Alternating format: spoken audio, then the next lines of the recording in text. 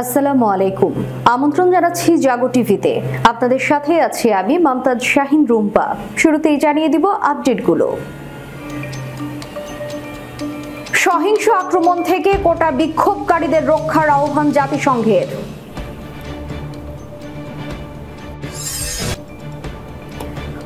কোটা আন্দোলনকারী শিক্ষার্থীদের প্রতি সংহতি জানালো ভারত সহ 5 দেশের ছাত্র সংগঠন। সৈন্যরা দুঃস্বপ্নে জর্জরিত, ভেঙে পড়েছে ইসরায়েলের অর্থনীতি। ইসরায়েলের সাবেক প্রতিরক্ষা মন্ত্রী লিবারম্যানের মন্তব্য। ট্রাম্পকে হত্যার ষড়যন্ত্রের অভিযোগে ক্ষুব্ধ ইরান, দৃঢ়ভাবে প্রত্যাখ্যান। সৌদি তুরস্কের সম্পর্কে বদল। শুনছিলেন শিরোনাম, এবারে বিস্তারিত। বাংলাদেশের সরকারি চাকরিতে কোটা সংস্কারের দাবিতে চলমান আন্দোলনে সাধারণ শিক্ষার্থীদের উপর হামলা ও সহিংসতার ঘটনায় যুক্তরাষ্ট্র ও অ্যামনেস্টি ইন্টারন্যাশনালের পর এবার প্রতিক্রিয়া জানিয়েছে জাতিসংঘ। চলমান কোটা সংস্কার আন্দোলনে শিক্ষার্থী ও ছাত্রলীগের মধ্যে দফায় দফায় সংঘর্ষ, হামলা ও প্রাণহানির ঘটনায় প্রতিক্রিয়া জানিয়েছে জাতিসংঘ। সংস্থাটি বলছে, আন্দোলনকে ঘিরে বাংলাদেশে চলমান ঘটনা প্রবাহ সম্পর্কে জাতিসংঘ অবগত রয়েছে। এছাড়া যে কোনো ধরনের হুমকি বা সহিংসতা থেকে বিক্ষোভকারীদের রক্ষা করার জন্য বাংলাদেশ সরকারের প্রতিও আহ্বান জানিয়েছে এই সংস্থাটি। জাতিসংঘ বলেছে, মানুষের শান্তিপূর্ণভাবে বিক্ষোভ করার অধিকার আছে এবং সরকারকে সেই অধিকার রক্ষা করতে হবে। একই সঙ্গে বাংলাদেশে চলমান ঘটনা প্রবাহ জাতিসংঘ উদ্বেগের সঙ্গে পর্যবেক্ষণ করছে বলেও জানানো হয়েছে। স্থানীয় সময় মঙ্গলবার জাতিসংঘের নিয়মিত ব্রিফিংয়ে এক সাংবাদিকদের প্রশ্নের জবাবে সংস্থাটির মহাসচিব অ্যান্তনিও গুতেরেসের মুখপাত্র স্টিফেন ডুজারিক এসব কথা জানান। ব্রিফিংয়ে বাংলাদেশের সরকারি চাকরিতে কোটা সংস্কারের দাবিতে আন্দোলনরত শিক্ষার্থীদের উপর হামলা, সংঘর্ষ এবং প্রাণহানির বিষয়ে জানতে চান এক সাংবাদিক। তিনি বলেন, বাংলাদেশের সরকারি চাকরিতে তথাকথিত কোটা পদ্ধতির পরিবর্তে মেধাভিত্তিক নিয়োগ ব্যবস্থার দাবিতে দেশব্যাপী বিক্ষোভ চলছে। সরকারের সহযোগী সংগঠন ছাত্রলীগ নিরাপত্তা বাহিনীকে সঙ্গে নিয়ে আন্দোলনকারীদের উপর হামলা চালিয়েছে। বিক্ষোভে হামলায় 6 শিক্ষার্থী নিহত হয়েছেন। জাতিসংঘের মহাসচিব কি এই পরিস্থিতি সম্পর্কে অবগত আছেন? জবাবে জাতিসংঘ মহাসচিবের মুখপাত্র স্টিফেন ডুজারিক বলেন, হ্যাঁ, আমরা বাংলাদেশের চলমান পরিস্থিতি সম্পর্কে খুব ভালোভাবে অবগত আছি। আমরা ঘনিষ্ঠভাবে এবং উদ্বেগের সঙ্গে পরিস্থিতির উপর নজর রাখছি। তিনি বলেন, আমি মনে করি বাংলাদেশ হোক বা বিশ্বের যে কোনো জায়গায় হোক, মানুষের শান্তিপূর্ণভাবে বিক্ষোভ করার অধিকার রয়েছে এবং যে কোনো ধরনের হুমকি বা সহিংসতা থেকে বিক্ষোভকারীদের রক্ষা করার জন্য আমরা বাংলাদেশ সরকারের প্রতি আহ্বান জানাই। বিশেষ করে যুবক বা শিশু বা প্রতিবন্ধী ব্যক্তিদের মতো যাদের অতিরিক্ত সুরক্ষার প্রয়োজন হতে পারে, তারাও যেন শান্তিপূর্ণভাবে প্রতিবাদ করতে পারে। এদিকে শিক্ষার্থীদের প্রতি সংহতি জানালো ভারত সহ 5 দেশের ছাত্র সংগঠন। বাংলাদেশে কোটা সংস্কারের দাবিতে আন্দোলনরত শিক্ষার্থীদের পাশে থাকার বার্তা দিয়ে সংহতি জানিয়েছে ভারতের অল ইন্ডিয়া স্টুডেন্ট অ্যাসোসিয়েশন সহ মোট 5 দেশের 7টি সংগঠন। আজ বুধবার AIS এর এক্স হ্যান্ডেল থেকে পোস্ট করা একাধিক বিবৃতিতে এই সংহতির কথা জানানো হয়।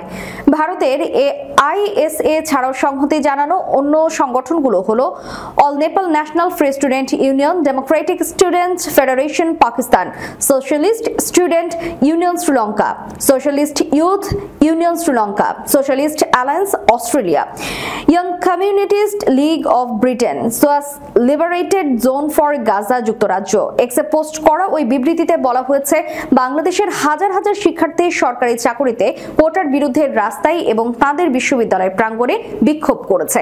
তারা ক্ষমতাসীন দলের ছাত্র সংগঠন বাংলাদেশ ছাত্রলীগ এবং পুলিশ দ্বারা সহিংস দমন পীড়নের মুখোমুখি হয়েছেন। এতে নারী শিক্ষার্থী সহ আহত হয়েছেন হাজার হাজার শিক্ষার্থী। দুঃখজনকভাবে বিক্ষোভ চলাকালে বিভিন্ন জেলায় নিহত হয়েছেন অন্তত 6 শিক্ষার্থী। আরো বলা হয়েছে, বাংলাদেশে বহু বছর ধরে বেকারত্বের উচ্চ হারের সঙ্গে মোকাবিলা করছে, বিশেষ করে ভালো বেতনের এবং স্থিতিশীল সরকারি চাকরির অভাবের কারণে। বেসরকারি খাতে চাকরির সম্ভাবনা বাড়লেও সরকারি চাকরির জন্য প্রতিযোগিতা তীব্র হয়েছে। প্রতি বছর প্রায় 4 লাখ নতুন স্নাতক মাত্র 3000 শূন্য পদের জন্য প্রতিদ্বন্দ্বিতা করছেন। চাকরিতে কোটার প্রসঙ্গ টেনে বলা হয়েছে, বাংলাদেশের কোটা অবস্থায় 1971 সালের মুক্তিযোদ্ধাদের সন্তান ও নাতি নাতনি সহ নির্দিষ্ট গোষ্ঠীর জন্য অর্ধেকেরও বেশি ভালো বেতনের সিভিল সার্ভিস পদ সংরক্ষণ করা হয়। শিক্ষার্থীরা এর যৌক্তিক সংস্কার দাবি করছে। উচ্চ বেতনের সরকারি চাকরিতে সাধারণ বরাদ্দের চেয়ে কোটা বেশি হওয়া অযৌক্তিক। বিবৃতির শেষ অংশে বলা হয়, আমরা আন্তর্জাতিক ছাত্র সমাজকে বাংলাদেশের প্রতিবাদী ছাত্র ও যুবকদের মেধার ভিত্তিতে ন্যায্য নিয়োগ এবং সরকারি চাকরি পাওয়ার ক্ষেত্রে যে কোনো বৈষম্যমূলক প্রথা দূর করার ন্যায়সঙ্গত দাবিকে সমর্থন করার জন্য আহ্বান জানাই। আমরা বাংলাদেশ সরকারের কাছে ছাত্র ও যুবকদের উত্থাপিত সমস্যার সমাধানের জন্য এবং সবার জন্য সমান ও মর্যাদাপূর্ণ চাকরির সুযোগ নিশ্চিত করার জন্য আবেদন করছি। বিবৃতিতে সংহতি জানানো ছাত্র সংগঠনগুলোর তালিকায় বাংলাদেশি 2 সংগঠন, বাংলাদেশ ছাত্র ইউনিয়ন ও ছাত্র ফেডারেশনের নামও উল্লেখ রয়েছে। ইসরায়েলের সাবেক প্রতিরক্ষা মন্ত্রী অ্যাভিগাডার লিবারম্যান বলেছেন, আমাদের দেশের সৈন্যসহ সবাই এখন দুঃস্বপ্নে জর্জরিত। একই সঙ্গে আমাদের অর্থনীতি ভেঙে পড়েছে এবং কূটনীতিরও অবক্ষয় হচ্ছে। সোমবার ইসরায়েলের নিউজ সাইট ওয়াল প্রকাশিত এক নিবন্ধে তিনি মন্তব্য করেন। ইসরায়েলের ডানপন্থী দল ইসরায়েল বেইতিনু পার্টির নেতা লিবারম্যান বলেন, আমাদের দেশ ও জনগণের উপর হামাসের আশ্চর্যজনক ও মারাত্মক হামলার 9 মাস পেরিয়ে গেছে, কিন্তু আমাদের নেতৃত্বের মধ্যে কোনো পরিবর্তনই আসেনি। আমাদের শিশু থেকে প্রাপ্তবয়স্ক, সৈন্য থেকে সাধারণ মানুষ কেবল দুঃস্বপ্নে ভুগছে। তারা দুঃস্বপ্ন দেখছে কি ঘটেছে আর কি ঘটতে পারে আগামী দিনগুলোতে। একই সঙ্গে ইসরায়েলের অর্থনীতি ভেঙে পড়েছে, ইসরায়েলি কূটনীতি ক্ষয়প্রাপ্ত হচ্ছে। লেবাননের হিজবুল্লাহর সঙ্গে ইসরায়েলের উত্তেজনার বিষয়টি উল্লেখ করে লিবারম্যান বলেন, আমাদের উত্তরাঞ্চল জনশূন্য হয়ে গেছে, ঝলসে গেছে। অন্যদিকে ইরান নিজেকে ক্রমশই সশস্ত্র করে চলেছে। আর চারদিকে যখন এসব ঘটনা ঘটছে, তখন দুর্নীতিগ্রস্ত সরকার তাদের কার্যক্রম এমনভাবে চালিয়ে যাচ্ছে যেন কিছুই হয়নি। তিনি এ সময় দাবি করেন, জিম্মিদের মুক্তির আলোচনা ক্যামেরার বাইরেই হওয়া উচিত।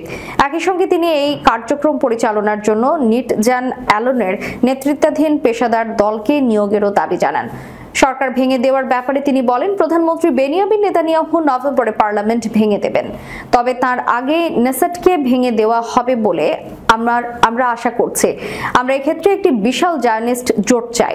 এটি ছাড়া কিছু ঠিক করা অসম্ভব। গাজায় চলমান যুদ্ধে ব্যর্থতার অভিযোগ এনে আগাম নির্বাচন দাবি জানাচ্ছে ইসরায়েলের বিভিন্ন দল। তবে নেতানিয়াহু তাদের সেই দাবি প্রত্যাখ্যান করে আসছেন। 2022 সালের শেষের দিকে নেতানিয়াহু সর্বশেষ সরকার গঠন করেন। আগাম নির্বাচন অনুষ্ঠিত না হলে 4 বছর তারা দেশ পরিচালনা করবেন। যুক্তরাষ্ট্রের সাবেক প্রেসিডেন্ট ডোনাল্ড ট্রাম্পকে ইরান হত্যার ষড়যন্ত্র করেছে বলে মার্কিন গণমাধ্যমে যে প্রতিবেদন প্রকাশ হয়েছে তা ক্ষুব্ধভাবে প্রত্যাখ্যান করেছে তেহরান। বুধবার পররাষ্ট্র মন্ত্রণালয়ের মুখপাত্র নাসের কানানি বলেন, ইরান রিপাবলিকান প্রেসিডেন্ট প্রার্থীর উপর হামলার পরিকল্পনা করেছে। যুক্তরাষ্ট্রের এমন নেক্কারজনক অভিযোগ প্রত্যাখ্যান করা হচ্ছে। তবে নাসের কানানি জোর দিয়ে বলেন, 2020 সালে ইরাকে ইরানের কুদস বাহিনীর কমান্ডার কাসিম সোলাইমানিকে হত্যার নির্দেশ দেওয়ার পর থেকে ডোনাল্ড ট্রাম্পের বিচার করার বিষয়ে অঙ্গীকারবদ্ধ ছিল তেহরান।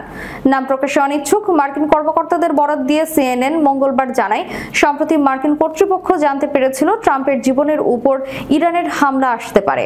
সেই জন্য গত কয়েক সপ্তাহ আগে সিক্রেট সার্ভিস ট্রাম্পের নিরাপত্তা বাড়িয়েছিল। তবে সিক্রেট সার্ভিসের নিরাপত্তা বাড়ানোর পরও শনিবার পেনসিলভানিয়ার সমাবেশে ট্রাম্পের উপর হামলা ঠেকানো সম্ভব হয়নি। মার্কিন প্রতিবেদনে এও বলা হয়েছে, ইরানের হুমকির সঙ্গে পেনসিলভানিয়ার বাটলারের হামলার কোনো সম্পর্ক ছিল না। অপরদিকে আঞ্চলিক বহু ইস্যুতে মতভেদ রয়েছে সৌদি আরব ও তুরস্কের। তবে দুই দেশ স্বাধীন ফিলিস্তিন ইস্যুতে অনড়।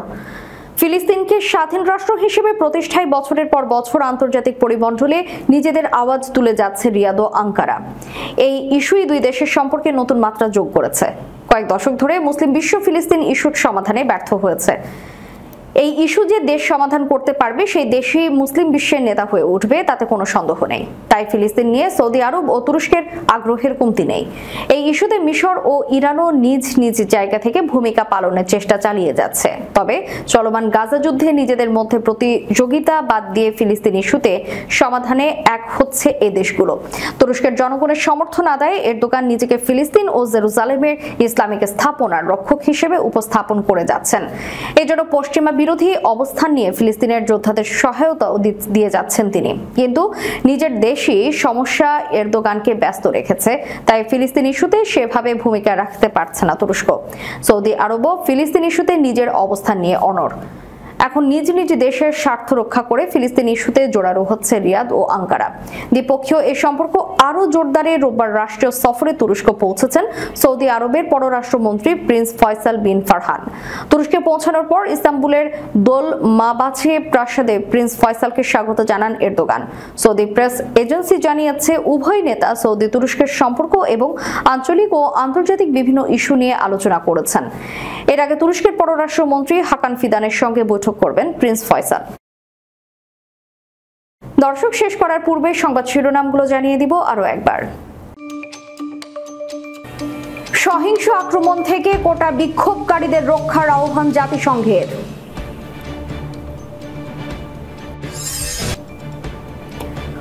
কোটা আন্দোলনকারী শিক্ষার্থীদের প্রতি সংহতি জানালো ভারত সহ 5 দেশের ছাত্র সংগঠন। সৈন্যরা দুঃস্বপ্নে জর্জরিত, ভেঙে পড়েছে ইসরায়েলের অর্থনীতি। ইসরায়েলের সাবেক প্রতিরক্ষা মন্ত্রী লিবারম্যানের মন্তব্য। ট্রাম্পকে হত্যার ষড়যন্ত্রের অভিযোগে ক্ষুব্ধ ইরান, দৃঢ়ভাবে প্রত্যাখ্যান। সৌদি তুরস্কের সম্পর্কে বদল। এতক্ষণ আমাদের সাথে থাকার জন্য ধন্যবাদ। আল্লাহ হাফেজ।